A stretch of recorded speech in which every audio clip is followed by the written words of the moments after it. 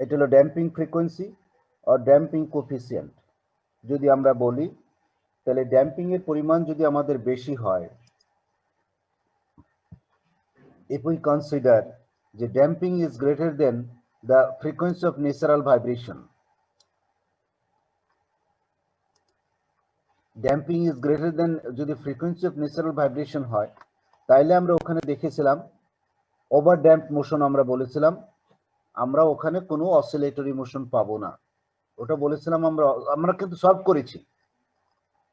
করেছি। তারপরে আমরা এই করেছি যে ল্যামডা স্কয়ার ইকুয়াল টু যখন ওমেগা স্কয়ার হয়, তাইলে আমরা বলেছিলাম যে আমাদের ইকুয়েশনটা সরাসরি কি হয়ে যাচ্ছে, সরাসরি ইনফিনিটিতে চলে যাচ্ছে, কারণ সামথিং ডিভাইডেড বাই জিরো হয়ে যাচ্ছে। Lambda square equal to omega square, যে জন্য আমাদের ইনফিনিটি চলে যাচ্ছে, আমরা কোনো সলিউশন পাই না। সেক্ষেত্রে আমরা যেটা করেছিলাম সেটা হলো যে আমাদের ড্যাম্পিংটা ন্যাচারাল ভাইব্রেশন দুইটা সমান, not exactly equal, approximately equal or nearly equal, কাছাকাছি হলে তখন দুইটার মধ্যে একটা ডিফারেন্স থাকবে কিছুটা, যত ছোটই হোক সেই ডিফারেন্সটা নিগলেক্ট করা যাবে, বাট একটু ডিফারেন্সটা আছে। যদি সেই ডিফারেন্সটা আমরা কনসিডার করি তাইলে আমরা তখন একটা সলিউশন পাই, যেটাকে বলছিলাম আমরা ক্রিটিক্যাল ড্যাম্পিং মোশন। তো কাজেই সেক্ষেত্রে আমরা অসিলেটরি মোশন পাই নাই। পরবর্তীতে কি করেছি আমরা? পরবর্তীতে যেটা করেছি যে lambda square is less than omega square যদি সাথে কম হয়, তাইলে আমাদের কি হবে? তাইলে যে জিনিসটা হবে, তাইলে আমরা এখানে একটা অসিলেটরি মোশন পাবো। আর আমরা এখানে যেহেতু কাজ করব আমাদের অসিলেটরি মোশন নিয়ে, যে জন্য তখন আমরা বলেছিলাম যে এই যে আমরা তিনটা সলিউশন পেলাম, প্রথম দুইটা সলিউশনকে আমরা টার্ন ডাউন করে দিয়ে আসলাম, যে আমরা ওই দুইটা সলিউশন আমাদের দরকার নাই, আমাদের কাজটা হবে অসিলেটরি মোশন নিয়ে।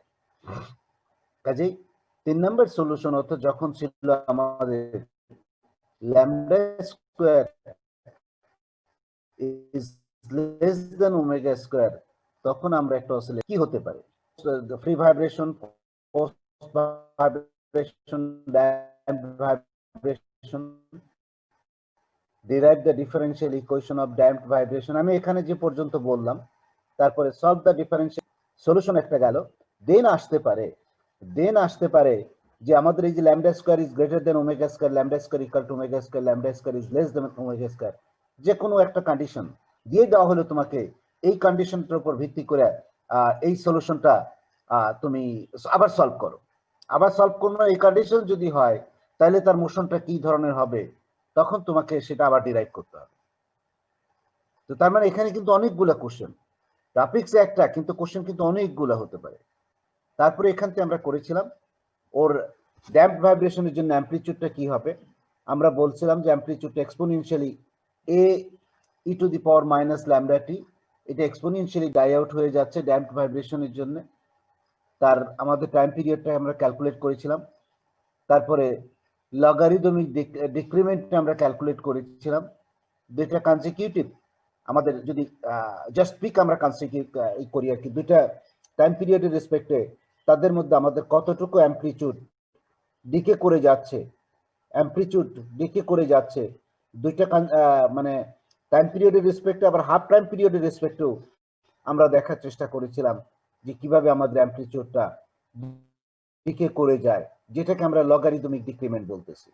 তার মানে কি আরেকটা ছিল আমাদের এখানে কোয়ালিটি ফ্যাক্টর। আমরা বলেছি যে ড্যাম্পিং যত বেশি হবে কোয়ালিটির পরিমাণটা তত কমতে থাকবে।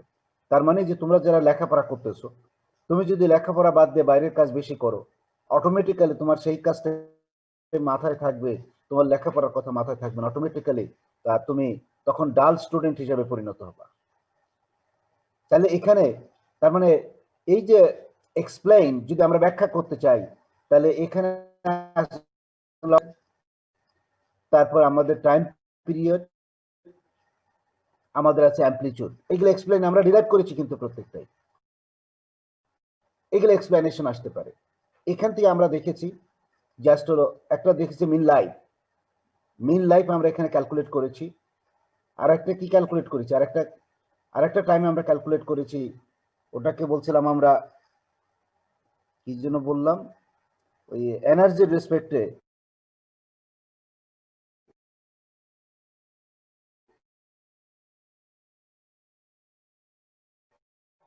যেটা করেছি সেটা হলো মিন লাইন। আর যখন আমাদের অ্যাম্পলিটিউড অফ ম্যাক্সিমাম অ্যাম্পলিটিউড যে কোনো সময়ে ম্যাক্সিমাম অ্যাম্পলিটিউড মানে অ্যাম্পলিটিউডটা ওই ম্যাক্সিমাম অ্যাম্পলিটিউডের ই বাই 1/e অফ অ্যাম্পলিটিউডে পরিণত হয়, যেটাকে বলছিলাম আমরা ওই ওই যে টাইমটা, ওই টাইমটাকে বলছিলাম আমরা মিন লাইফ টাইম। আরেকটা হলো যে এনার্জিটা 1/e অফ ম্যাক্সিমাম এনার্জিতে যখন পরিণত হবে তখনকার যে টাইমটা, ওই টাইমটা, এই টাইমটা আমার এই মুহূর্তে মনে আসতেছে না, আসবে হয়তো একটু পরে, এই মুহূর্তে মনে আসতেছে না। এটা একটা করেছিলাম আমরা। তারপরে কি, derive the differential equation of force vibration, solve the differential equation of force vibration, এগুলো আমরা করেছি। ও এখানে আরেকটা করেছি ইয়ের মধ্যে, ড্যাম্প ভাইব্রেশনের মধ্যে, সেটা হচ্ছে পাওয়ার ডিসিপেশন। একটা ওয়েভের রেসপেক্টে আমাদের কি পরিমাণ পাওয়ার ডিসিপেশন হচ্ছে, একটা টাইম পিরিয়ডের রেসপেক্টে আমার কতটুকু পাওয়ার লস হচ্ছে, সেটা আমরা ক্যালকুলেট করেছি। তার মানে এখানে তোমার আসতে পারে যে derive the expression for power dissipation in damped vibration, এটা হতে পারে। এখন ফোর্স ভাইব্রেশনের ক্ষেত্রে আমরা ডিফারেনশিয়াল ইকুয়েশনটা সলভ করেছি ফোর্স ভাইব্রেশনের ক্ষেত্রে। তারপরে কি করেছি, আমাদের ওই ম্যাক্সিমাম অ্যাম্পলিটিউড আমরা ডিরাইভ করেছি, derive the expression for maximum amplitude.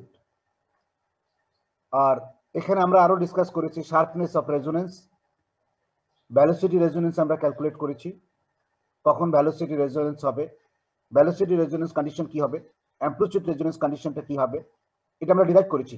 দেন আমরা করেছি power absorption in a forced vibration.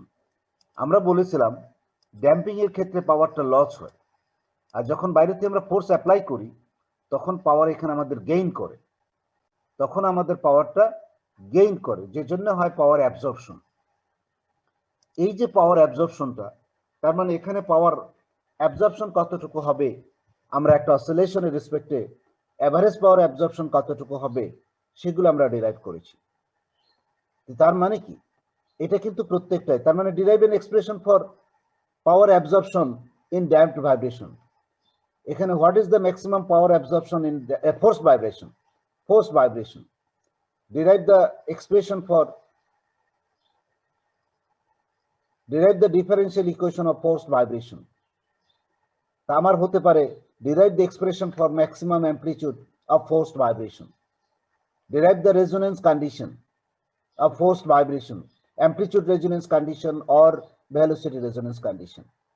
তার মানে কি, আমি কিন্তু প্রত্যেকটা জিনিস এখানে বললাম, তার মানে কি এটা প্রত্যেকটা এরকম হতে পারে। এখন তার নাম্বারটা নির্ভর করবে যে কতটুকু চাওয়া হইতেছে, তার নির্ভর করবে যে নাম্বারটা কতটুকু থাকবে। মনে করো তুমি এখান থেকে ফাইনাল পরীক্ষা একটা কোশ্চেন পাবা, আশা করা যেতে পারে অবশ্যই এখান থেকে একটা কোশ্চেন পাবা। কি বোঝা গেল কি বললাম?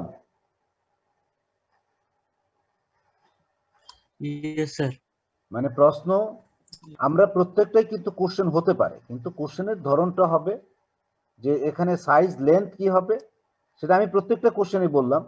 যদি তোমাকে একটা derive the expression for power absorption or power dissipation, তাহলে কোশ্চেনটা সাইজ একটু বড় হয়।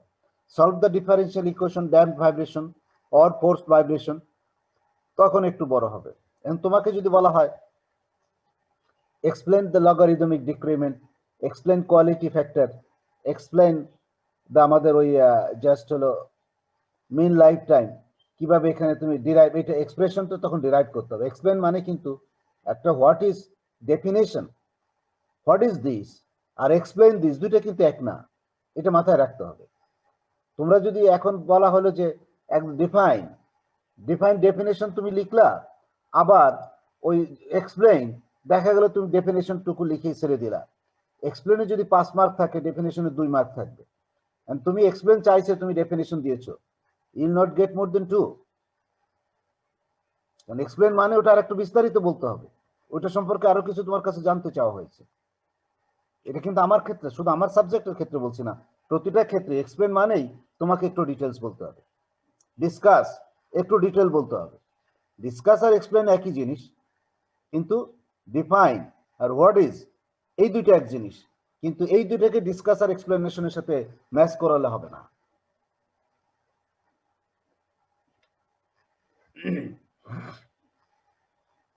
তো আমরা, এটা গেল হচ্ছে তোমার ড্যাম্পড ভাইব্রেশনের free, forced and damped vibration. আমরা পড়তেছিলাম kinetic theory of gas. Kinetic theory of গ্যাসে কি পড়েছি আমরা? What are the fundamental assumptions of kinetic theory of gas? Derive the pressure relation of kinetic theory of gas. অর্থাৎ হলো pressure exerted by a gas. Derive an expression for pressure exerted by a gas. তাহলে আমাদের প্রেসারের or pressure and volume, এইটা আবার অন্যভাবে থাকতে পারে, pressure and volume এর relation on the basis of kinetic theory of gas হতে পারে। Explain kinetic interpretation of temperature. Discuss different laws on the basis of kinetic theory of gas. Then discuss degrees of freedom. তারপর আমরা কি করেছি? Law of equipartition of energy. Explain law of equipartition of energy. তার মানে এখানে কিন্তু কোশ্চেনের size একটু ছোট, তার মানে এখানে ছোট যখনই থাকবে তার মানে তখন যদি এখান থেকে কোশ্চেন হয় তার মানে ছোট মানেই তখন নাম্বার অফ কোশ্চেনটা বেড়ে যাবে। তারপর আমরা পড়েছি অ্যাটমিসিটি অফ গ্যাসেস। আমরা এখানে mono atomic gas, diatomic gas, tri atomic gas, poly atomic gas, তাদের জন্য আমাদের ডিগ্রিজ অফ ফ্রিডম কত হবে, তার ডিগ্রিজ অফ ফ্রিডমের রেসপেক্টে ratio between two specific heat at constant pressure and at constant ভলিউমে কি হবে সেটা আমরা ওখানে ডিরাইভ করেছি। আজকেও তারপরে আমরা, তার মানে কি এটা কিন্তু প্রত্যেকটা একটা কোশ্চেন হতে পারে, প্রত্যেকটাই কোশ্চেন হতে পারে। এখন বলে স্যার সবই কি বড় কোশ্চেন হবে? সব বড় তো না, এখানে কিন্তু আবার কিন্তু বললাম সবই ছোট কোশ্চেন।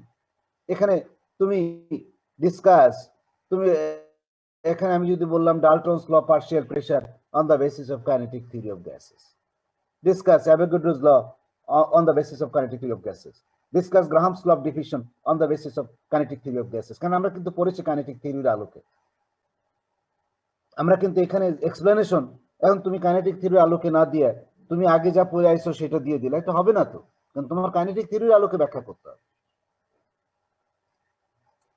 তারপর কাইনেটিক ইন্টারপ্রিটেশন অফ টেম্পারেচার, এটা থেকে তুমি কি বুঝো? কারণ এটা শুধু ইকুয়েশন ডিরাইভ করে ছেড়ে দিলে হবে না, এরপর ইকুয়েশন ডিরাইভের পরে তোমার যে half of M C square is equal to 3/2 KT, এখান থেকে এক্সপ্লেনেশনটা যেতে হবে। তার মানে এখানে দেখো আমরা বলেছি half of M C square is equal to 3/2 KT, তার মানে এই যে হাফ অফ এম এইটা হলো কনস্ট্যান্ট আর 3/2 কে এটা কনস্ট্যান্ট, তার মানে C square is proportional to T. তার মানে টেম্পারেচার যদি বাড়ে তার তোমার ভ্যালোসিটি বাড়বে, টেম্পারেচার কমলে ভ্যালোসিটি কমে যাবে। At absolute zero of temperature, absolute zero মানে t is equal to 0 degree Kelvin, তাহলে তোমার c square is equal to 0, velocity is equal to 0, তার মানে টোটাল সিস্টেমটা তোমার স্ট্যাগনেন্ট হয়ে যাবে। এই এক্সপ্লেনেশন গুলো কিন্তু দরকার তোমার, যখন এক্সপ্লেন করতে বলা হবে তখন এই এক্সপ্লেনেশনটুকু দরকার। এবং তুমি লিখা half of M C square is equal to 3/2 KT, you will not get full mark. কি আমার কথাটা বুঝলা? কাজেই প্রত্যেকটা জিনিসের এটা তোমাকে বুঝতে হবে যে আমরা আসলে কি করতে চাচ্ছি। এখন আমরা শুরু করব মিন ফ্রি পথ আমরা ক্যালকুলেট করব। তো তার আগে আমরা একটু জাস্ট ব্রাউনিয়ান মোশন সম্পর্কে আমরা আইডিয়া নিয়ে তারপর আমরা মিন ফ্রি পথে যাব। মানে এই ব্রাউনিয়ান মোশন এটা হলো 1827 খ্রিস্টাব্দে, 1827 রবার্ট ব্রাউন একজন বোটানিস্ট, উনি যেটা বলার চেষ্টা করছেন, grains of pollen suspended in a liquid moves randomly from one place to another। অর্থাৎ হলো ওই যে আমাদের যে পরাগায়ন যেটা হয় আমরা বলার চেষ্টা করি আর কি, পরাগায়ন অথবা জাস্ট একটা পানির মধ্যে লিকুইড যখন আমরা কনসিডার করি, লিকুইডের মধ্যে দেখবা যে ডাস্ট পার্টিকল, যে সমস্ত পার্টিকলগুলো এক জায়গা থেকে আরেক জায়গায় মুভ করতেছে, র্যান্ডমলি মুভ করতেছে, র্যান্ডমলি সবসময় একই ডিরেকশনে না, ওই ছোট ছোট পোকার মতো, তুমি যদি অল্প একটু পানি থাকে ওর মধ্যে দেখবা ছোট ছোট পোকার মতো থাকবে, ওটাও তারা এক জায়গা থেকে আরেক জায়গায় মুভ করতেছে, র্যান্ডম ডিরেকশনে মুভ করতেছে। এখানে ডাস্ট পার্টিকল যদি থাকে সেটাও এখানে মুভ করবে, র্যান্ডমলি মুভ করবে। তার মানে এই যে র্যান্ডম মোশন, এখানে পোলন যেটা আছে, এই র্যান্ডম মোশনটাকে আমরা বলার চেষ্টা করি ব্রাউনিয়ান মোশন। এখন এই র্যান্ডম মোশন, তাইলে আমাদের যখন এই যে ব্রাউনিয়ান মোশন এটাকে বলার চেষ্টা করতেছি, মানে dust particle in water moving in random direction, তাহলে এখানে দেখো এই যে this Discovery puzzle scientist for long time, তার মানে বিজ্ঞানীদেরকে এটাকে পাজল করে দিয়েছে, এরকম একটা কথা বলেছে যেটাকে তারা এক্সপ্লেন করতে পারতেছে না। কাজেই এই অনেক এক্সপ্লেনেশনই তখন আসছে ইন ডিফারেন্ট ডিরেকশন থেকে, কিন্তু কোনোটাই স্যাটিসফ্যাক্টরি তখন মনে হয় নাই, এবং পর্যাপ্ত পরিমাণে এইটা মানে তার কারো কাছে মনে হয় নাই যে এইটা মানে সঠিক আর কি। মানে কাজে এইটা নর্মালি যেহেতু হয় নাই, তখন এখানে একজন বলার চেষ্টা করলেন যে after a systematic study Wiener and Gouy proposed that Brownian motion is due to the bombardment of suspended particles. অর্থাৎ হলো এই যে সমস্ত পার্টিকেল এখানে ভাসমান অবস্থায় আছে, যেহেতু কন্টিনিউয়াস তাদের মুভিং অবস্থায় আছে, একটা পার্টিকেল আরেকটা পার্টিকেলকে কি করতেছে, কলিশন হচ্ছে, একটা পার্টিকেল আরেকটা পার্টিকেলের সাথে কলিশন হবে। এই যে কলিশন হবে, তখন কি করবে, অটোমেটিক্যালি তাদের ডিরেকশন চেঞ্জ করবে। এই কথাটাই বলার চেষ্টা করলেন এই যে উইনার এন্ড গাওয়ে আর কি, by the molecules of the surrounding fluid. But during 19th century, people did not accept that every matter is made up of small atoms or of molecules. 19th century পর্যন্ত মানে যে প্রত্যেকটা particular যে এই যে প্রত্যেকটা matter তারা small atom দ্বারা গঠিত, মলিকুল দ্বারা, এটা কেউ অ্যাকসেপ্ট করে নাই। তার আগ পর্যন্ত যে আমরা কাইনেটিক থিওরি আসতেছি, তার মানে এটা কিন্তু তার উপরে। In the year of 1905, Einstein gave systematic theory of Brownian motion based on the kinetic theory and reduced the average size of the molecules.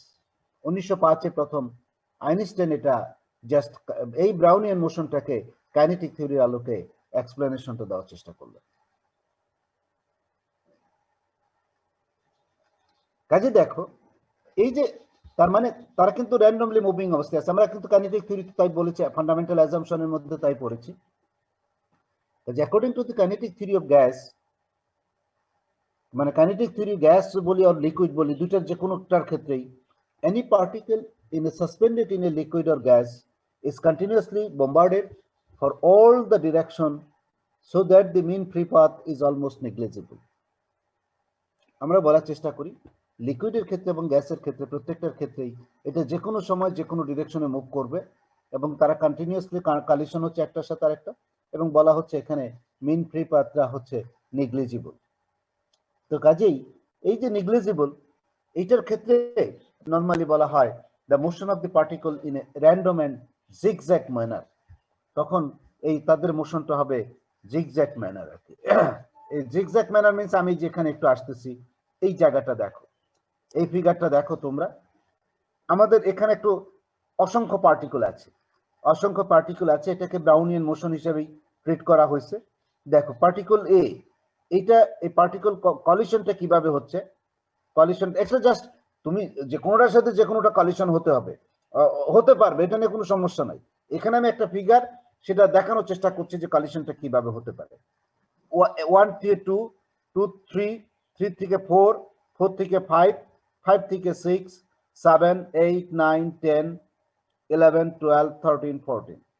তার মানে ডিফারেন্ট ডিরেকশনে গেছে, এবং একটা থেকে আর একটা যে পাথ অতিক্রম করেছে কোনোটাই সেম না, কোনোটা অল্প কোনোটা বেশি। কাজে এখানে এই যে মোশনটা বোম্বার্ডেড, যে কোনো সময়ে যে কোনো ডিরেকশনে বোম্বার্ডেড হতে পারে, যে কোনো সময় যে কোনো ডিরেকশনে মুভ করতে পারে।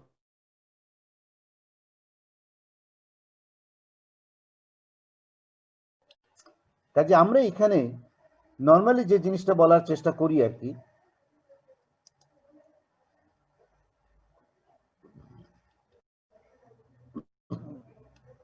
এই যে মোশনটা এটা হচ্ছে আমাদের ব্রাউনিয়ান মোশন। কাজে দেখো, factor affecting the Brownian motion increases with increasing temperature. যদি আমাদের টেম্পারেচারটা বেড়ে যায় অটোমেটিক্যালি মলিকুলগুলোর স্পিড বেড়ে যাবে। মলিকুলগুলোর যখনই স্পিড বেড়ে যাবে তার মানে কি হবে, ওই মোশনটা বেড়ে যাবে। টেম্পারেচার বেড়ে যাবে মানে আমার ভ্যালোসিটিটা বেড়ে যাবে। ভ্যালোসিটি মানে half of M C square is equal to 3/2 kT। তার মানে automatically C square is proportional to T. যেই টেম্পারেচার ভ্যালোসিটি বাড়বে টেম্পারেচার বাড়বে। কাজে motion increases with increasing temperature. আর একটা হলো Brownian motion decreases with bigger particle size. আমাদের পার্টিকল সাইজটা যদি বড় হয় তখন অটোমেটিক্যালি ব্রাউনিয়ান মোশনটা ডিক্রিজ করবে। High viscosity and density of the liquid or gas. তার মানে ভিসকোসিটি যদি বেশি থাকে, ডেন্সিটি যদি বেশি থাকে, তাহলে অটোমেটিক্যালি ব্রাউনিয়ান মোশনটা ডিক্রিজ করবে। আর বিগার পার্টিকল সাইজ, এখন পার্টিকল টু পার্টিকল এখানে বোম্বার্ডমেন্ট হচ্ছে। তুমি যদি একটা গ্যাসের মধ্যে আর লিকুইডের মধ্যে যে আমরা যদি হাত চুবায় রাখি, তাহলে আমাদের হাত চুবায় রাখার ফলে কি হবে? তাহলে আমাদের হাত কি এক জায়গা থেকে আরেক জায়গায় মুভ করবে? না, তা কিন্তু করবে না। তার কারণটা হলো যে এই যে আমাদের হাতের সাইজটা এখানে পার্টিকল সাইজের রেসপেক্টে এত বেশি যে তার মানে এই কন্টিনিউয়াস কলিশন হয়ে এটাকে শিফট করা যাবে না। কাজে এখানে শিফট করার কোনো উপায় নাই আর কি, যে জন্য আমাদের হাতটা মুভ করবে না।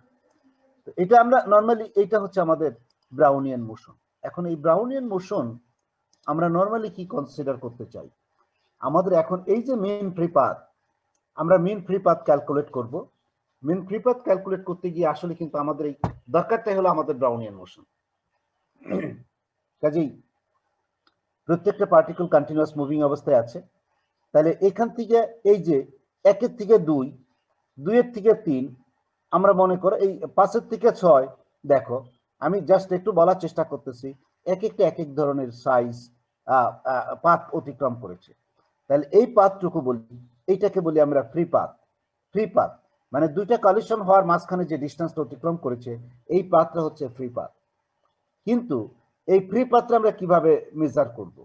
এই ফ্রি পাথটা আমরা এখানে কার সাথে কার কখন কলিশন হবে এটা কিন্তু আমাদের পক্ষে এক্সপ্লেন করা খুব ডিফিকাল্ট। এটা এক্সপ্লেন করতে পারবো না আপাতত, এখন পর্যন্ত আমরা এটা করতে পারবো না। সেটা যদি হয় তো তাইলে আমাদের যেটা দরকার সেটা হচ্ছে তখন আমরা ক্যালকুলেট করার চেষ্টা করি যে মেন ফ্রি পাথ মিনস আমার এখানে কতগুলো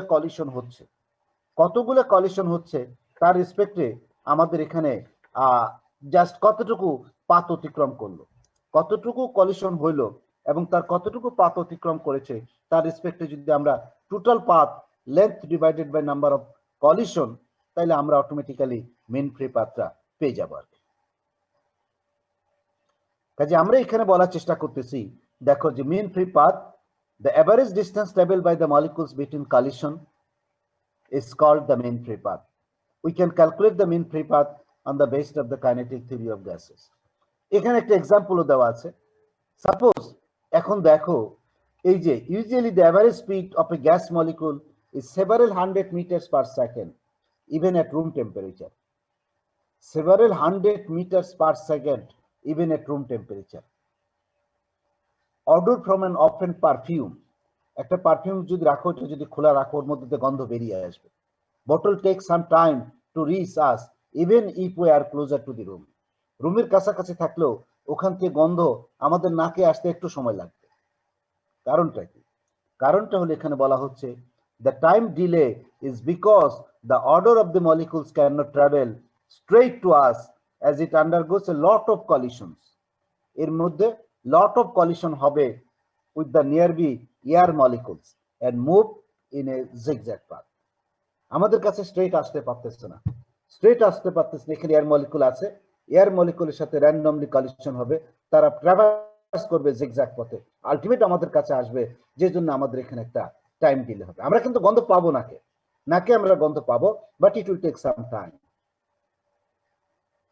কারণ আমরা প্রতি সেকেন্ডে কয়েকশো মিটার যাবে, তার মানে কয়েকশো মিটার দূরে কি গন্ধ পাওয়া যাবে না? তা হয়তো পাওয়া যাবে না। কেন পাওয়া যাবে না? কারণ ওই যে ও জিগজ্যাগ পথে চলতে এমন ভাবে এত কলিশন হচ্ছে, দেখা গেল হয়তো ওদিকে যাচ্ছেই না।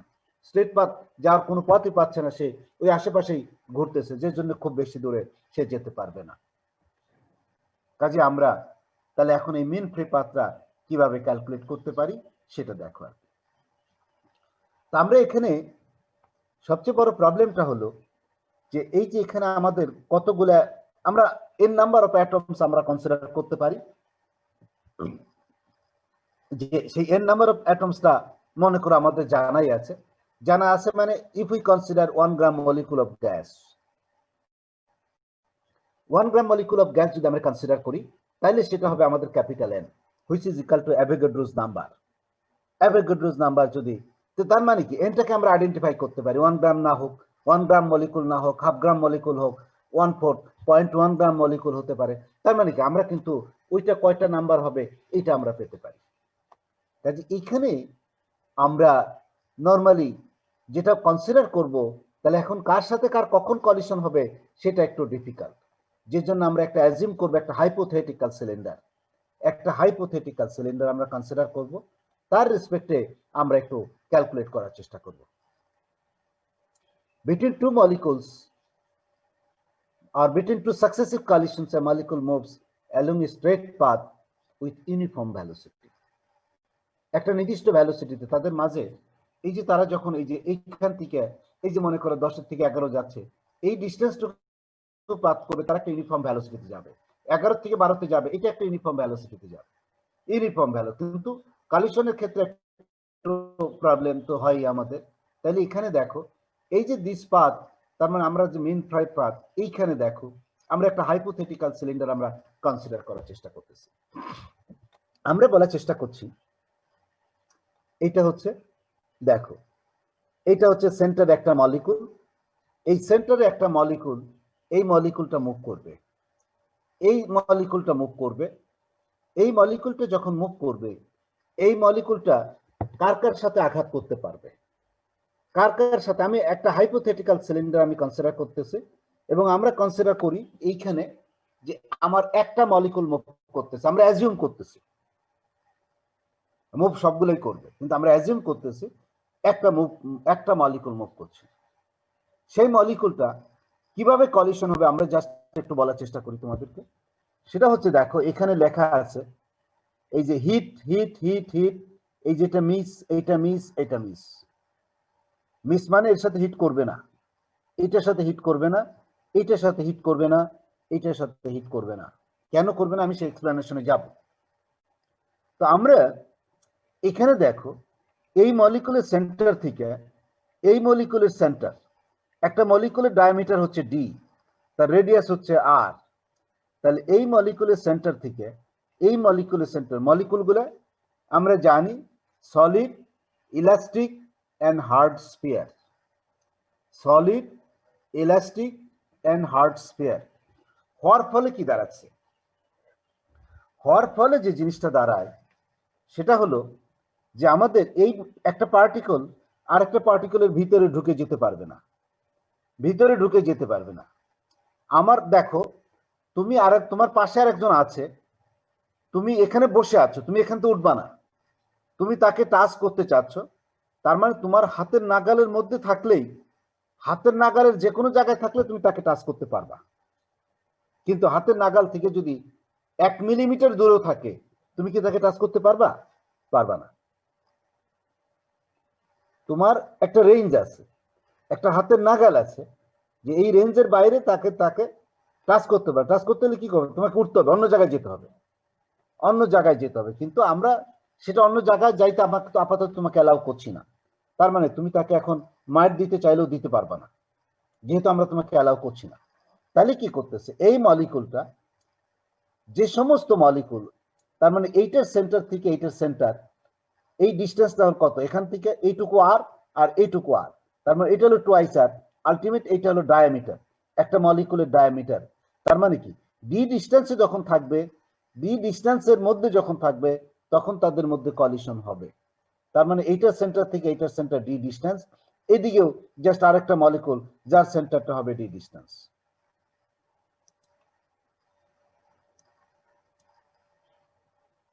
যার সেন্টারটা হবে ডি ডিস্টেন্স। কাজে এই মলিকুল যদি আমরা এখানে মুভ করে, এই মলিকুল যদি মুভ করে তাহলে এই ভিতরের, তার মানে এই সেন্টার এবং এই সেন্টার যাদের মধ্যে ডি এর মধ্যে আছে ডিস্টেন্সটা, তাদের মধ্যে কলিশন হবে। ডি এর বাইরে যাদের আছে তাদের মধ্যে কলিশন হবে না। তাইলে দেখো এই যে এটা ভিতরের দিকে আছে, এই সেন্টারটা এই বাউন্ডারির ভিতরে আছে, এইটা ভিতরে আছে, এটা ভিতরে আছে, এটা ভিতরে আছে, এই চারটার সাথে কলিশন হচ্ছে। এটা দেখো এই সেন্টারটা আমার এইটুকু ভিতরে আছে, অসুবিধা নাই, কিন্তু সেন্টারটা আমার অনেক বাইরে। সেন্টারটা বাইরে মানে কি? তার মানে তাদের মধ্যে একটা গ্যাপ থাকবে, ওই মলিকুলটা ওটার সাথে কলিশন হবে না, এটার সাথে কলিশন হবে না, এই মলিকুলটা এইদিকে বাইরে, এটার সাথে কলিশন হবে না। তার মানে এখানে কলিশন হবে যে সমস্ত মলিকুল একটা থেকে আরেকটা সেন্টার ডি ডিস্টেন্সের মধ্যে আছে, শুধুমাত্র ওই ডিস্টেন্সের ওই কলিশন ওই মলিকুলগুলোর সাথে কলিশন হবে। তার মানে আমি এই ডি রেডিয়াস কনসিডার করে আমি একটা হাইপোথেটিক্যাল এখন সিলিন্ডার আমরা কনসিডার করতে পারি। তাইলে এই যে সারফেস একটা সিলিন্ডার, এই সারফেসের রেডিয়াস তাহলে এই এদিকে ডি এইদিকে ডি, তার মানে এই সিলিন্ডারের রেডিয়াস হলো আলটিমেট ডি। ডি যদি হয় তাহলে এই সিলিন্ডারের সারফেস এরিয়া কত?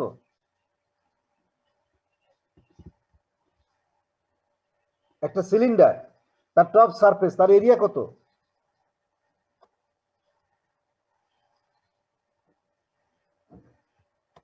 কি মনে আছে কারো? এই সারফেস এরিয়া হলো পাই ডি স্কোয়ার। পাই ডি স্কোয়ার এর সারফেস এরিয়া হলো পাই ডি স্কোয়ার। ওটা তো সার্কেল একটা, ওটা তো একটা সার্কেল, ওই সিলিন্ডারের সারফেসটা কি একটা সার্কেল না? তাইলে জি এখন স্যার। দেখো এখানে আমরা বলার চেষ্টা করতেছি এই পার্টিকেলটা ভি ভ্যালোসিটিতে মুভ করতেছে, পার্টিকেলটা ভি ভ্যালোসিটিতে মুভ করতেছে, তাইলে 1 সেকেন্ডে তার অতিক্রান্ত দূরত্ব হবে ভি, আর যদি টি সময়ে অতিক্রান্ত দূরত্ব কত হবে? V into T. তাহলে এই যে এই ডিস্টেন্সটুকু, তার মানে ভিটি টি সময়ে তার অতিক্রান্ত দূরত্ব, এটা হচ্ছে লেন্থ, এটা হচ্ছে লেন্থ ভিটি, ভিটিটা হচ্ছে লেন্থ, তার মানে সিলিন্ডারের লেন্থ হচ্ছে ভিটি। তার মানে সিলিন্ডারের ভলিউম কত? পাই ডি স্কোয়ার ভি। সিলিন্ডারের ভলিউম হচ্ছে পাই ডি স্কোয়ার ভি, ভিটি পাই ডি স্কোয়ার ইন্টু ভিটি, এটা হচ্ছে সিলিন্ডারের ভলিউম আমরা অ্যাজিউম করতেছি। তাইলে এখন আমরা যদি এটা কনসিডার করার চেষ্টা করি, দেখো তাহলে আমাদের এই যে এখানে দেখো average speed is v in a time t, the distance traveled vt in this time t, consider the molecule to move in an imaginary cylinder of volume pi d square into vt. এটা হচ্ছে volume. It collides with any molecule whose center is within this cylinder. Centerটা within this cylinder. Therefore, the number of collision is equal to the number of molecules in the volume of the imaginary cylinder. ওই ভলিউমের মধ্যে যতগুলো number আছে হবে না, it is equal to, তাইলে if we consider there are, এই যে এখানে দেখো, let there is n be the number of molecules, n be the number of molecules per unit volume, n be the number of molecules per unit volume। তাহলে এই যে সিলিন্ডারের volume পাই D square ভিটি, এই ভলিউমে per unit ভলিউমে আছে n, তাহলে এই ভলিউমে কতগুলো number of molecule থাকবে?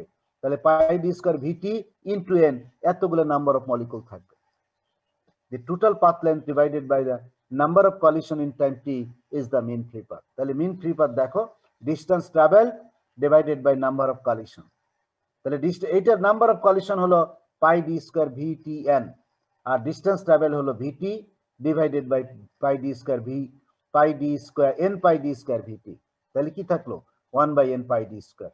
এটাকে আমরা একটু অন্যভাবে লিখতে পারি, এম ডিভাইডেড বাই এম, উপরে নিচে এম মাল্টিপ্লিকেশন করেছি, আবার এম এন, এই যে এম এন, এমটা হলো ইন্ডিভিজুয়াল মলিকুলের মাস, আর এনটা হচ্ছে কি? এনটা হচ্ছে টোটাল নাম্বার অফ মলিকুল। তাহলে এম এনটাকে এম এন এইটাকে আমরা রো দ্বারা প্রকাশ করতে পারি পার ইউনিট ভলিউম। রোটা হলো, তার মানে এটা হলো total mass divided by V, which is called density. M by V, rho is equal to M by V, এটা পার ইউনিট মাসের রেসপেক্টে আমরা রো দ্বারা প্রকাশ করতে পারি। Thus the mean free path is inversely proportional to the density of the gas। তার মানে density যত বেশি হবে আমাদের মিন ফ্রি পাথের পরিমাণটা কমে যাবে, মিন ফ্রি পাথ কমে যাবে। This relation was deduced by Clausius.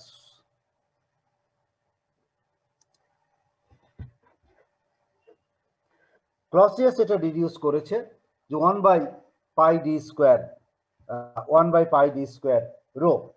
তো এইটা এখন আমরা এখানে কনসিডার করেছি যে পার্টিকলটা স্ট্রেট লাইনে মুভ করতেছে, কিন্তু পার্টিকল তো সব সময় এটা কখন কোন দিকে মুভ করবে আমরা তো জানি না, তার মুভমেন্ট হবে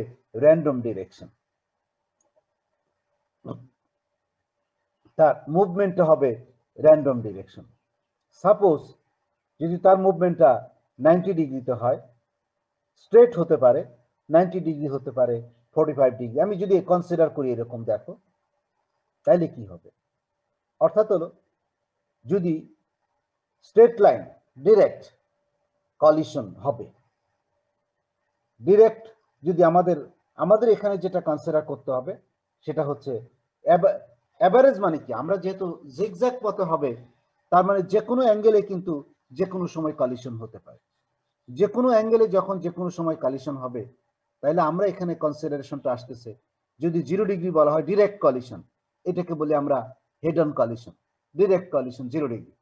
তো 90 ডিগ্রিতে কলিশন যদি হয়, এখানে আমরা নর্মালি cos 90 ডিগ্রি চলে আসে, cos 90 ডিগ্রি হলো 0।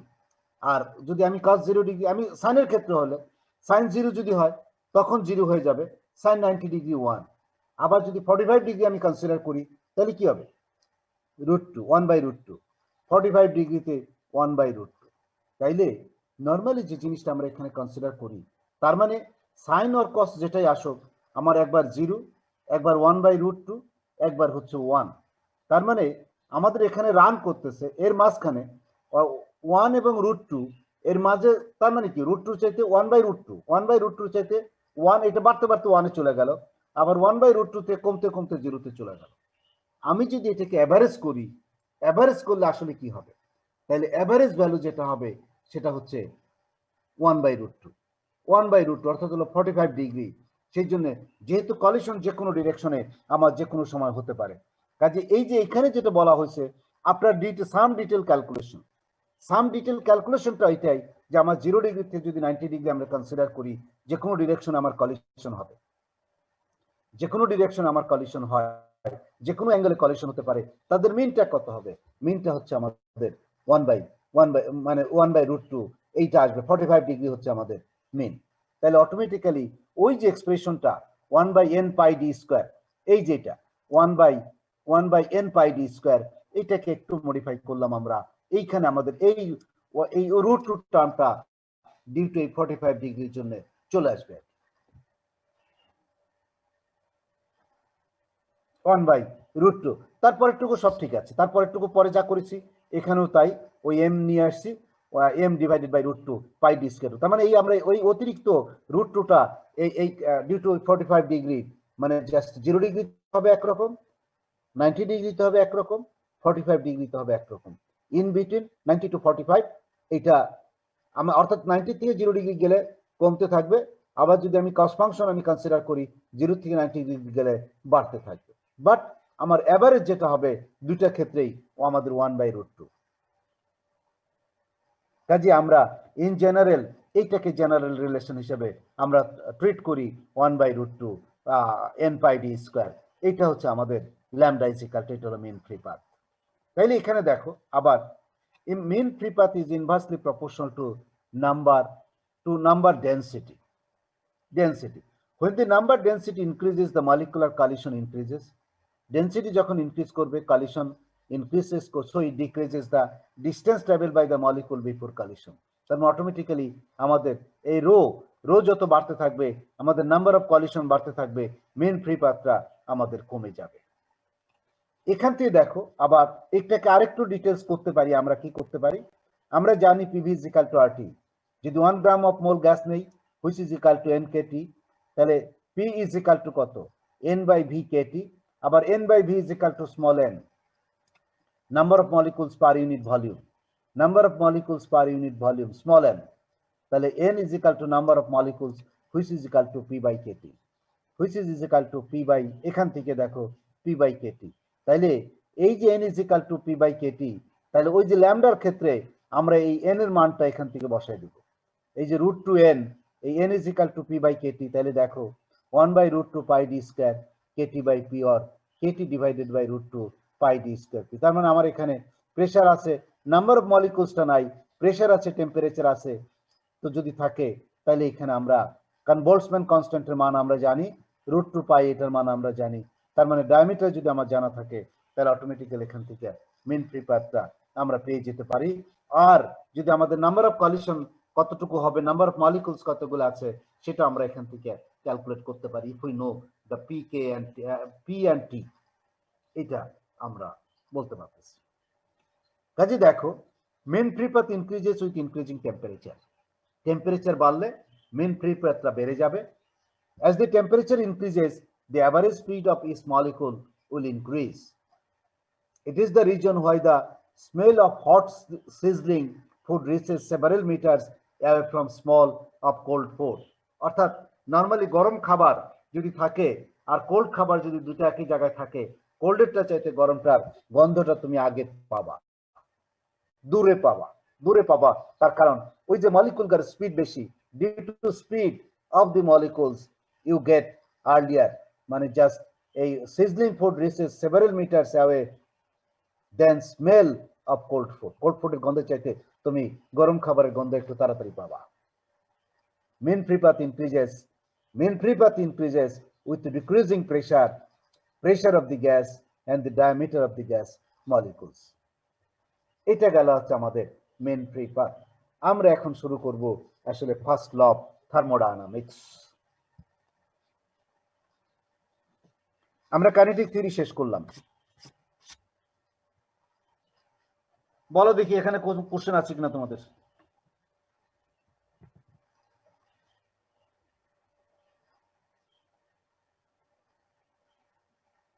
কোনো কোশ্চেন আছে?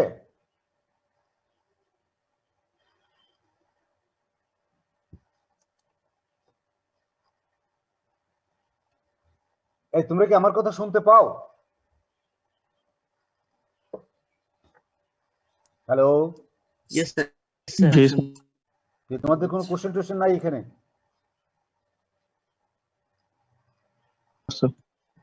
আচ্ছা, আমরা ফার্স্ট ল, আমরা তাহলে এই চ্যাপ্টারটা আমরা শেষ করে দিলাম। আমরা এখন শুরু করব ফার্স্ট ল অফ থার্মোডায়নামিক্স।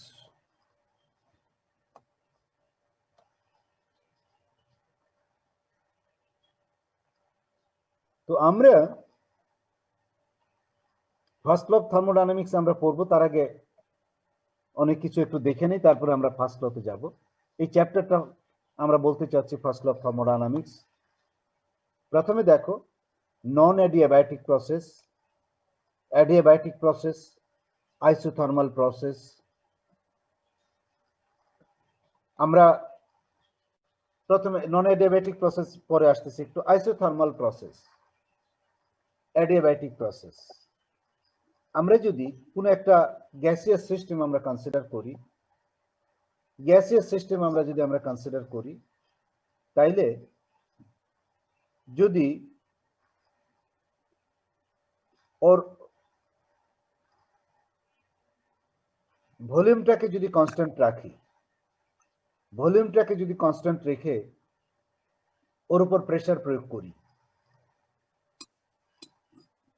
না সরি, আমি বাইরের থেকে কোনো হিট অ্যাড করব না ওই সিস্টেমের উপর, বাইরের থেকে কোনো হিট অ্যাড করব না, কিন্তু আমি যদি এখানে প্রেসার বাড়াই দিই, প্রেসার যদি বাড়াইতে থাকি, তাহলে তার ভলিউমটা কমতে থাকবে, তার ভলিউমটা কমতে থাকবে।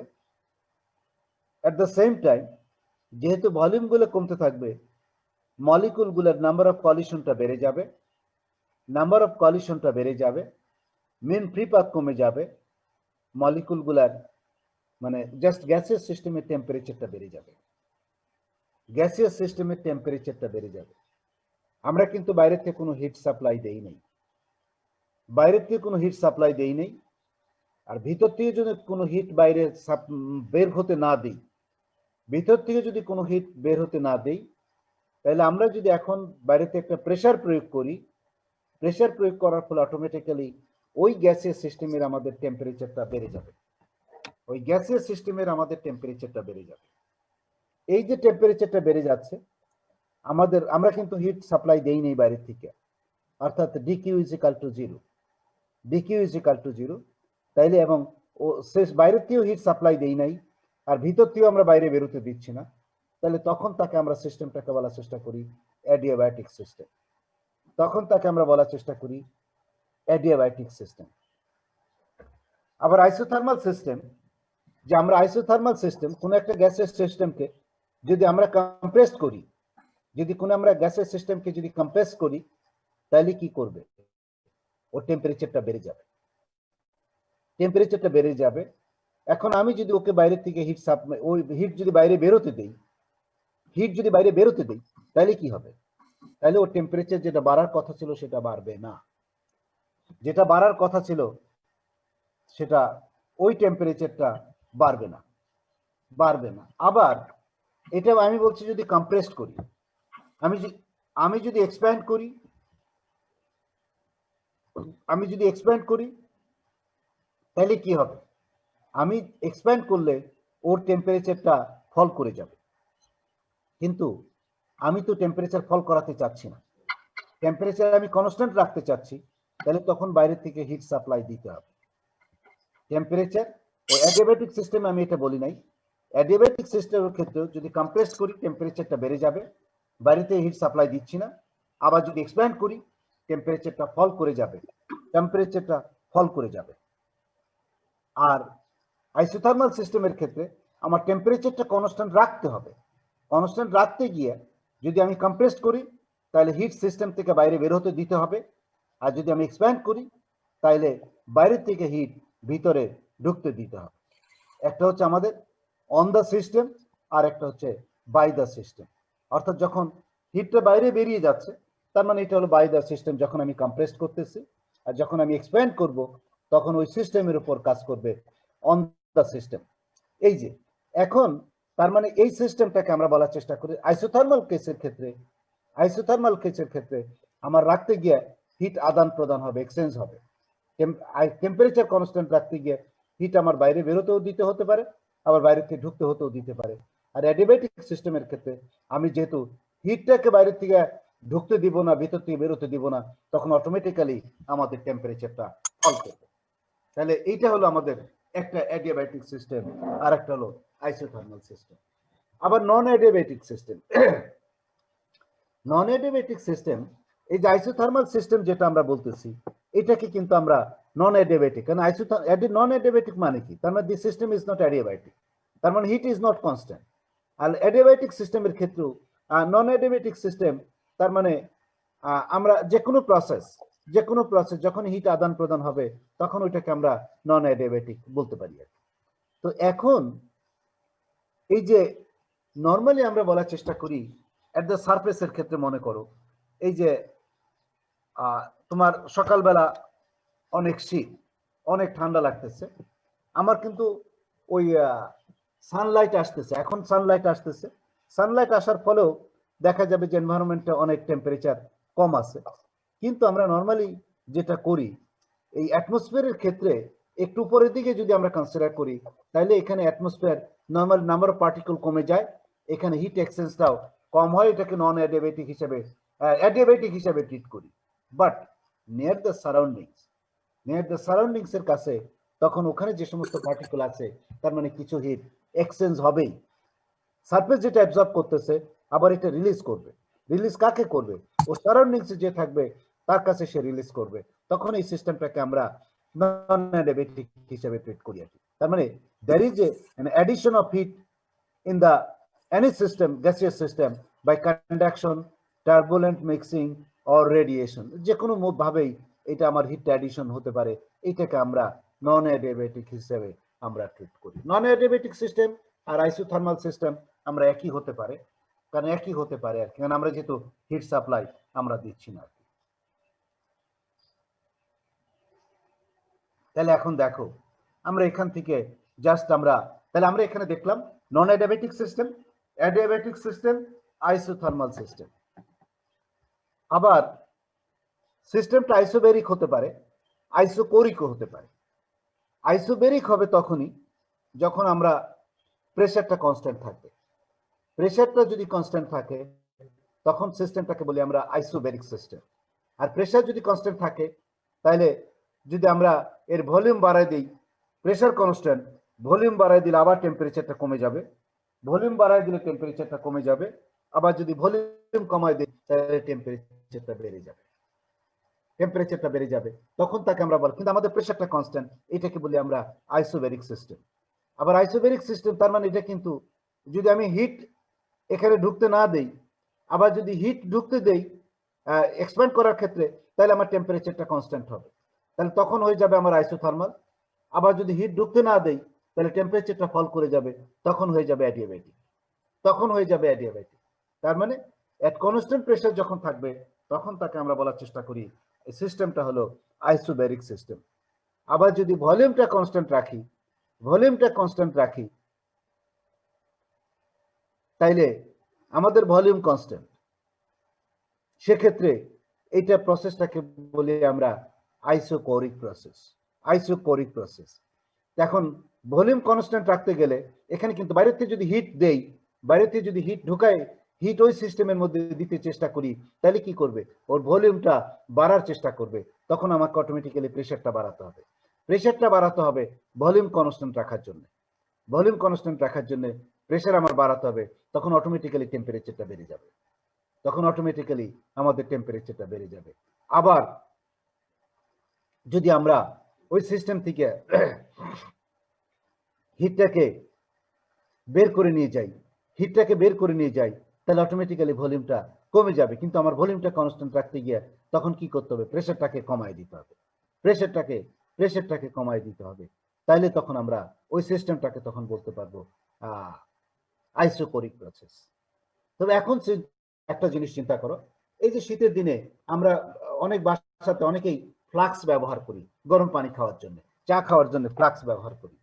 তাহলে এখন আমরা তো ফ্লাক্স তো একটা নন কন্ডাক্টিং সিস্টেম, আমরা বাইরে থেকে হিট ঢুকতে দিচ্ছি না, ভিতর থেকে হিট বাইরে বেরোতে দিচ্ছি না, তাইলে এটাকে আমরা কি বলার চেষ্টা করি, সিস্টেম ইজ অ্যাডিয়াব্যাটিক।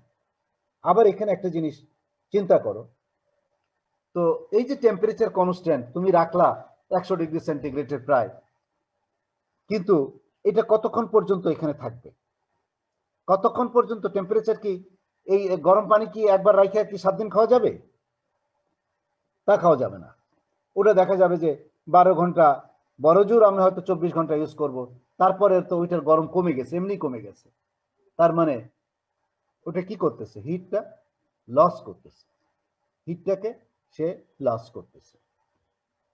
তো কাজেই আবার এমন কোন সিস্টেম, এমন কোন নন কন্ডাক্টিং সিস্টেম আমরা ডিজাইন করতে পারি নাই যে তার মধ্য দিয়ে কোনো হিট আমাদের পাস করবে না, তার মধ্য দিয়ে কোনো হিট পাস করবে না। অথবা এই যে আমি ফ্লাক্সের মধ্যে গরম পানি রাখতেছি, এখান থেকে যে হিট বেরোয় যাবে না, একটা সার্টেন টাইমে দেখা যাবে আস্তে আস্তে বের হবে, কিন্তু প্রসেসটা হলো স্লো, প্রসেসটা হলো স্লো। আবার তার মানে যদি আমি অ্যাডিয়াব্যাটিক রাখতে চাই, যে ওই সিস্টেম থেকে হিট বেরোতে দিব না বা ওখানে ঢুকতে দিব না, তাহলে কি করতে হবে, এই প্রসেসটা আমার করতে হবে ফাস্ট, এই প্রসেসটা হবে অ্যাডিয়াব্যাটিক প্রসেসটাকে হতে হবে আমার ফাস্ট। আর আইসোথার্মাল প্রসেস যদি আমরা কনসিডার করি, টেম্পারেচার যদি আমাদের কনস্ট্যান্ট, টেম্পারেচার আমরা বাড়তে দিব না বা কমতে দিব না, টেম্পারেচার বাড়তে দিব না। আমি যদি ওইটাকে একটা সিস্টেমের মধ্যে গ্যাস আছে, আমি এটাকে প্রেসার দিয়ে ও টেম্পারেচার বাড়াচ্ছি, প্রেসার দিচ্ছি, প্রেসার দিলে আমি টেম্পারেচার কনস্ট্যান্ট রাখতে যাই, তাহলে কি করবে, যতটুকু আমার হিট জেনারেট করলো ওই হিটটা সাথে সাথে কি বেরিয়ে যাবে, it will take some time, it will take some time. কাজে আমার প্রেসারটা দিতে হবে, স্লো প্রসেসে প্রেসারটা দিতে হবে, স্লো প্রসেসে প্রেসারটা দিতে হবে। হঠাৎ করে যদি আমি প্রেসারটা দিয়ে দিই তাহলে ওটা ভাঙে চুরমার হয়ে যাবে, আর আমি যদি ওই জায়গাতেই প্রেসারটা দেই একটু স্লো প্রসেসে, তাইলে কিন্তু সেটা কোনো ক্ষতি হবে না। কাজেই নর্মালি যেটা আমরা বলার চেষ্টা করি, আইসোথার্মাল প্রসেসটা হলো একটা স্লো প্রসেস, স্লো প্রসেস, আর অ্যাডিয়াব্যাটিক প্রসেসটা হচ্ছে আমাদের ফাস্ট প্রসেস। অ্যাডিয়াব্যাটিক প্রসেসটা হচ্ছে ফাস্ট প্রসেস, আইসোথার্মাল প্রসেসটা হলো স্লো প্রসেস। এগুলো কিন্তু আমাদের এক্সপ্লানেশন, এই এক্সপ্লেনেশন গুলা সবসময় মাথায় রাখার চেষ্টা করতে হবে, বোঝার চেষ্টা করতে হবে যে এখানে যে আমরা কোনটা অ্যাডিয়াব্যাটিক প্রসেস হবে, কোনটা আইসোথার্মাল প্রসেস হবে।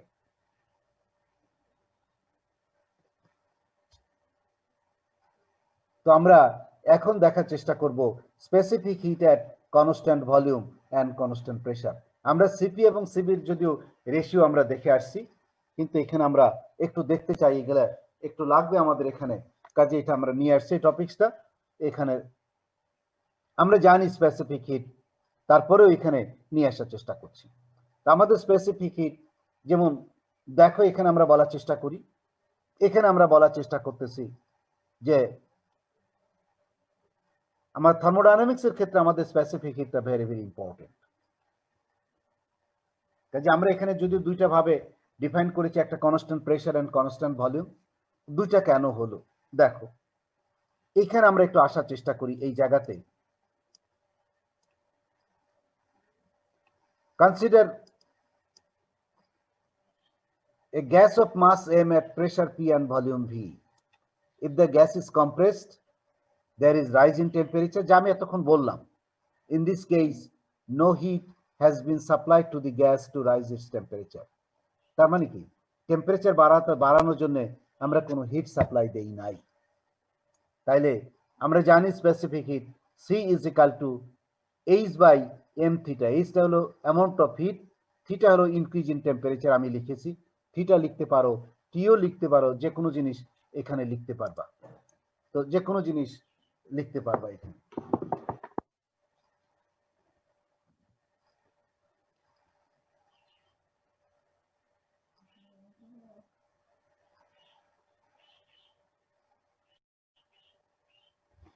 তো আমরা তাহলে এইচ যখন জিরো, আমার টেম্পারেচারটা বেড়ে যাচ্ছে, theta is not equal to zero. Theta is zero না হওয়ার ফলে, যেহেতু এইচ জিরো, আমাদের অটোমেটিক্যালি সিটা জিরো, সি মানে স্পেসিফিক হিটটা জিরো।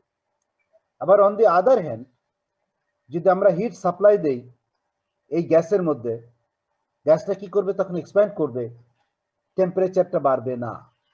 হিট সাপ্লাই দিচ্ছি, গ্যাস এক্সপ্যান্ড করতেছে, কিন্তু তার টেম্পারেচারে কোনো পরিবর্তন হবে না। যদি টেম্পারেচার আমার কনস্ট্যান্ট থাকে, এখানে দেখো, তাহলে এটা হলো আমাদের চেঞ্জ ইন টেম্পারেচার।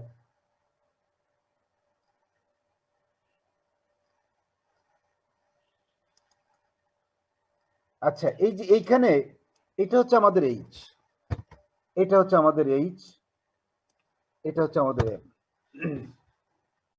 তাহলে এখানে দেখো, তার মানে আমার এখন থিটা ইজ ইকুয়াল টু, যেহেতু temperature there is no change in temperature, theta is equal to zero. H তো আমার আছে, হিট সাপ্লাই দিয়েছি, আমি হিট সাপ্লাই দিয়েছি, তাহলে কি হবে, C is equal to infinity.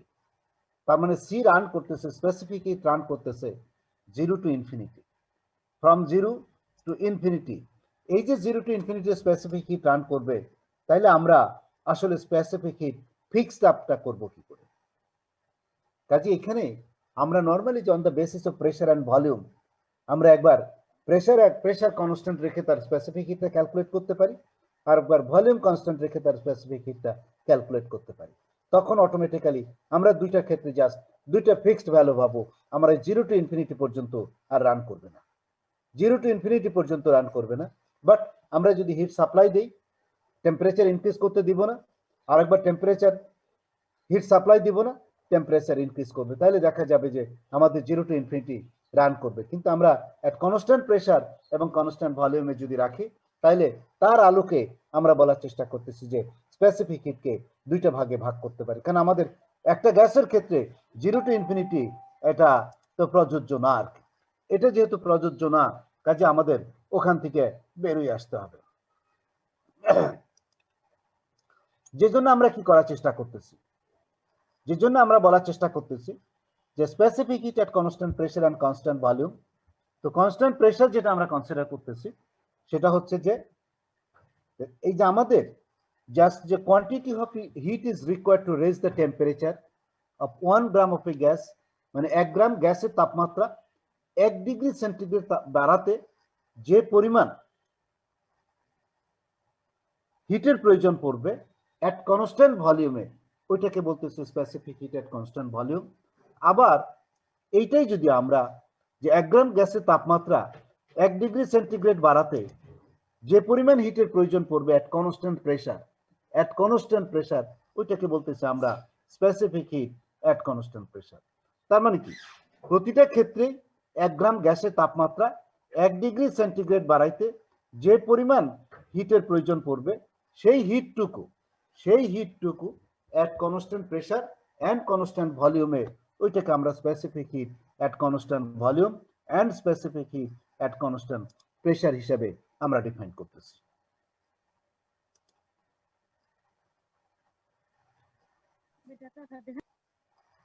কিছু বললা?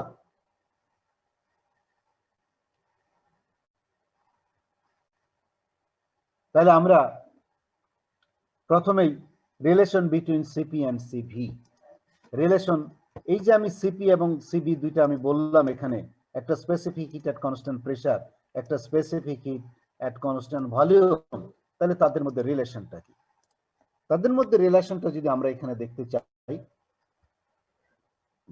তাইলে এখানে আবার এই জায়গায় একটু দেখি। First law of thermodynamics, this is the conservation of energy.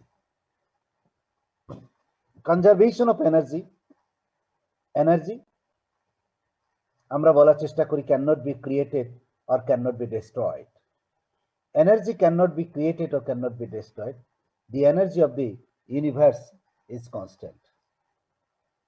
এই যে this is law of conservation of energy, or energy can be transformed from one form to another form. Transfer, just one একটা form থেকে আর একটা ফর্মে এনার্জিটা transfer হয়।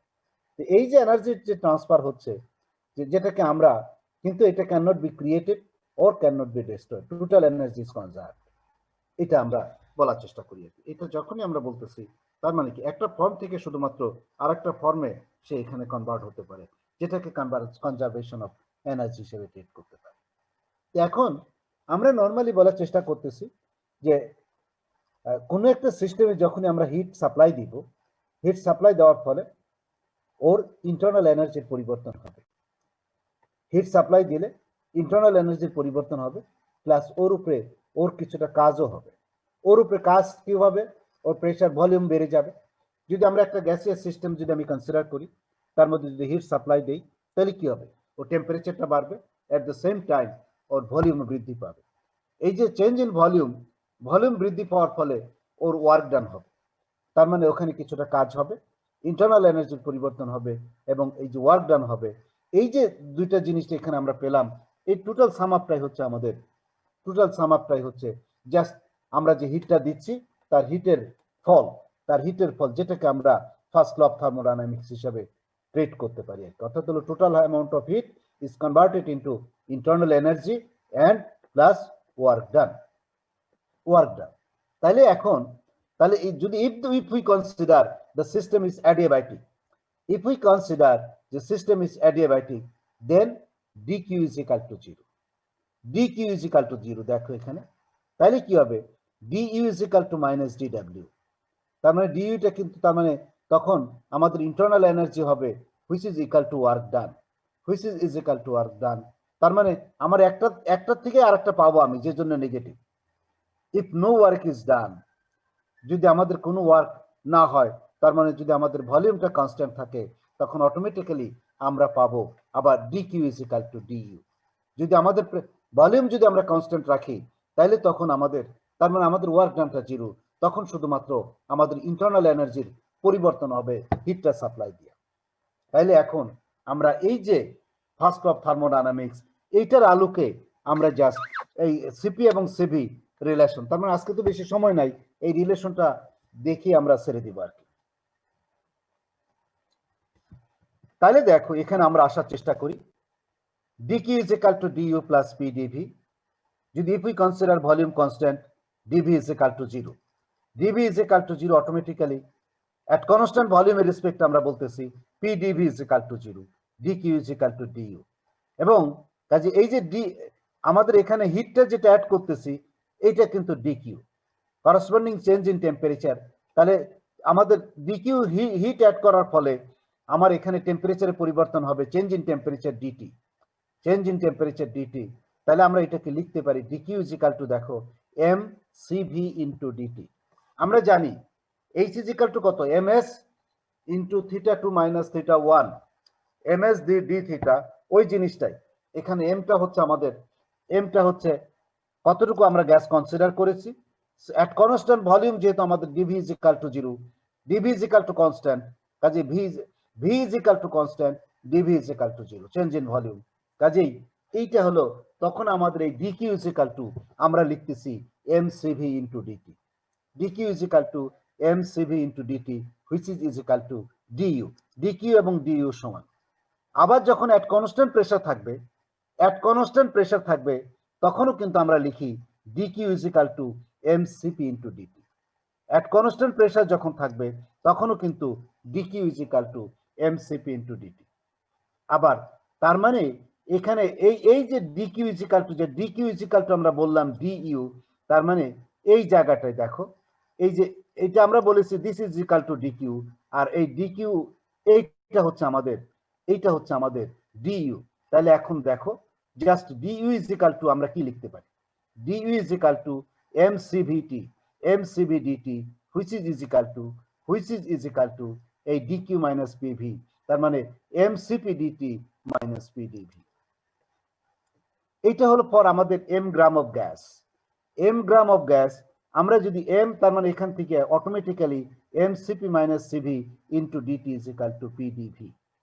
আবার এটা কিন্তু আমরা একবারই লিখে ফেলতে পারতাম এখান থেকে, কিন্তু যেমন পিডিভি ইজ ইকাল টু আমরা জানি কত, এই যে PV is equal to NRT, এনটা হলো আমাদের, দিস ইজ এনটা small N, this is the হলো gram molecular weight, this is equal to gram molecular weight which is equal to কত, ওইটা নর্মালি আমরা এখানে জানি এম ইজ ইকাল টু, ওই N is equal to, N is equal to এখানে লেখা নাই, just small M by capital M, just আমি এখানে লিখতে পারি ওই N is equal to, N is equal two ভর ভাগ আণবিক ভর, হ্যাঁ টোটাল ভর ডিভাইডেড বাই আণবিক ভর, আর কিছু না, আমি ওইটাই বলার চেষ্টা করেছি এখানে, হুইচ ইজ ইকাল টু এখানে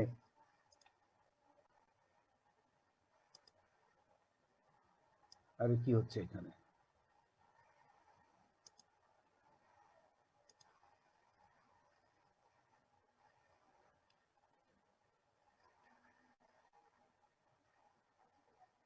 না এখানে একটু ঝামেলা হয়ে গেল, এখন আমি আপাতত লিখলাম না।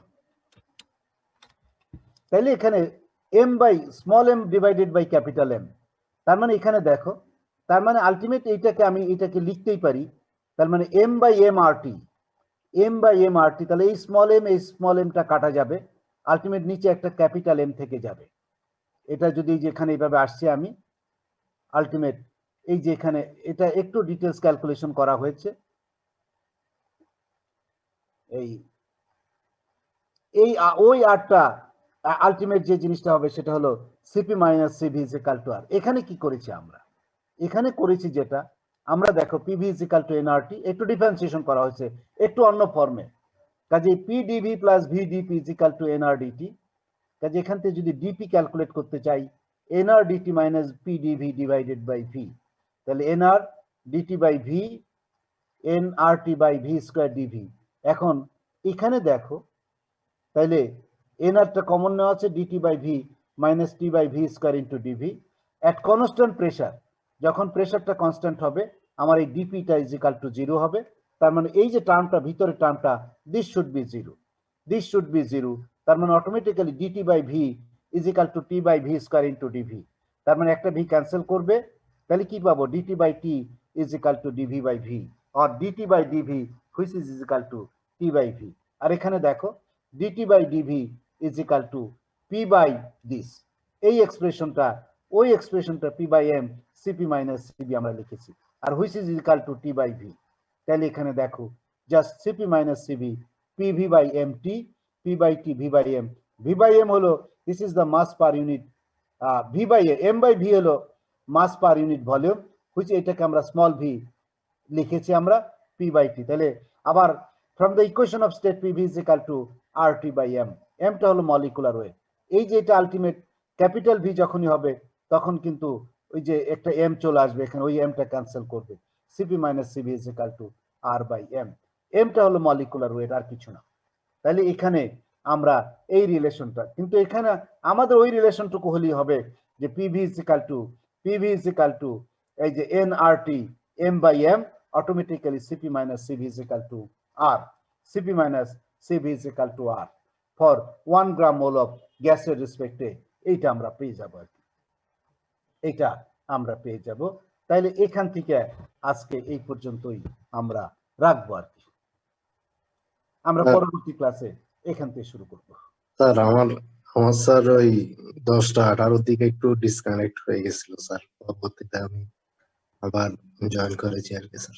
হ্যাঁ, অসুবিধা নাই তো, জয়েন করেছো সেটা তো আমি তো করে নিয়েছি সবই। আমি তো এখানে কে কখন জয়েন করতেছো আমি তো জানি, এখানে ওই যে ওয়েটিং দেওয়া আছে আর কি, কাজে সেটা আমি করতে পারতেছি, অসুবিধা নেই, ওটা অসুবিধা নেই। তোমরা থাকলে, আমি চাই তোমরা ক্লাসে থাকো, তোমরা যদি না থাকো আমার কিন্তু কোনো লস নাই, লসটা হবে তোমাদের কিছুটা। কাজে তোমরা একটু শেখার চেষ্টা করো, যদি কোনো প্রবলেম থাকে you can ask me any time. Okay sir, thank you sir. তাহলে আমরা আজকে এই পর্যন্ত রাখতে চাচ্ছি, আমরা পরবর্তীতে এখান থেকে আমরা শুরু করব আর কি। তাহলে আমরা, আসসালামু আলাইকুম স্যার। ওয়ালাইকুম আসসালাম। তাহলে আমরা এখন বেরিয়ে যাচ্ছি। আসসালামু আলাইকুম। জি, স্যার আসসালামু আলাইকুম স্যার। ওয়ালাইকুম আসসালাম।